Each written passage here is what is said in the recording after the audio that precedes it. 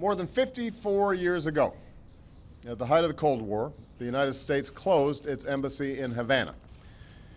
Today, I can announce that the United States has agreed to formally reestablish diplomatic relations with the Republic of Cuba and reopen embassies in our respective countries. This is a historic step forward in our efforts to normalize relations with the Cuban government and people and begin a new chapter with our neighbors in the Americas. When the United States shuttered our embassy in 1961, I don't think anyone expected that it would be more than half a century before it reopened. After all, our nations are separated by only 90 miles, and there are deep bonds of family and friendship between our people.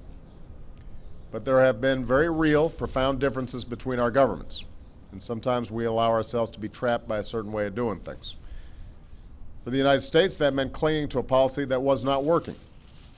Instead of supporting democracy and opportunity for the Cuban people, our efforts to isolate Cuba, despite good intentions, increasingly had the opposite effect, cementing the status quo and isolating the United States from our neighbors in this hemisphere. The progress that we mark today is yet another demonstration that we don't have to be imprisoned by the past. When something isn't working, we can and will change. Last December, I announced that the United States and Cuba had decided to take steps to normalize our relationship. As part of that effort, President Raul Castro and I directed our teams to negotiate the reestablishment of embassies. Since then, our State Department has worked hard with their Cuban counterparts to achieve that goal. And later this summer, Secretary Kerry will travel to Havana formally to proudly raise the American flag over our embassy once more. This is not merely symbolic. With this change, we will be able to substantially increase our contacts with the Cuban people. We'll have more personnel at our embassy, and our diplomats will have the ability to engage more broadly across the island. That will include the Cuban government, civil society, and ordinary Cubans who are reaching for a better life. On issues of common interest, like counterterrorism, disaster response, and development, we will find new ways to cooperate with Cuba. And I've been clear that we will also continue to have some very serious differences. That will include America's enduring support for universal values like freedom of speech and assembly and the ability to access information. And we will not hesitate to speak out when we see actions that contradict those values. However, I strongly believe that the best way for America to support our values is through engagement. That's why we've already taken steps to allow for greater travel, people-to-people and commercial ties between the United States and Cuba, and we will continue to do so going forward. Since December, we've already seen enormous enthusiasm for this new approach. Leaders across the Americas have expressed support for our change in policy. You heard that expressed by President Dilma Rousseff of Brazil yesterday. Public opinion surveys in both our countries show broad support for this engagement. One Cuban said, "I've prepared for this all my life." Another said that this is like a shot of oxygen. One Cuban teacher put it simply, "We are neighbors, now we can be friends." Here in the United States, we've seen that same enthusiasm.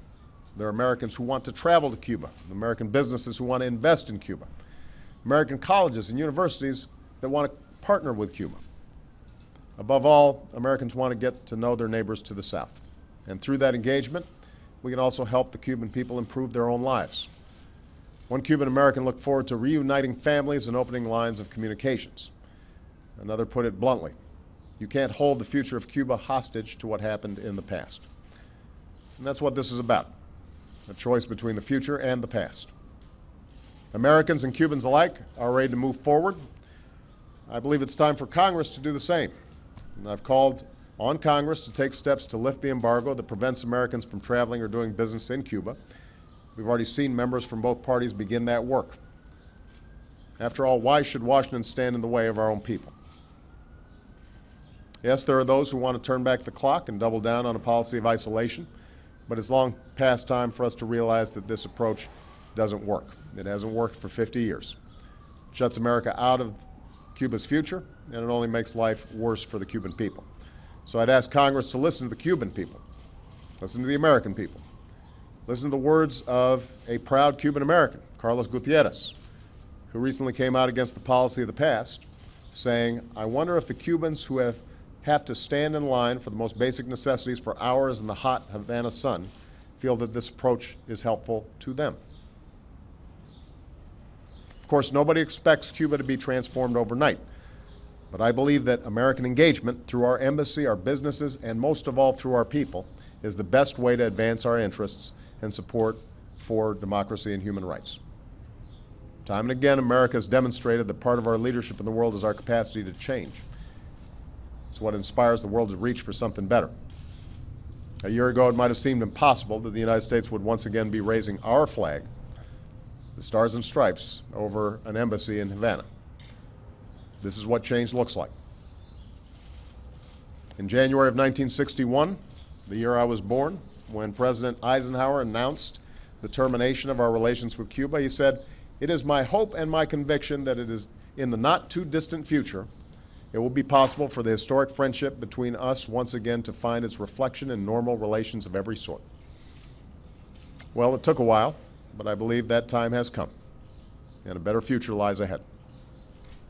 Thank you very much, and I want to thank some of my team who worked diligently to make this happen. They're here. They don't always get acknowledged. We're really proud of them. Good work.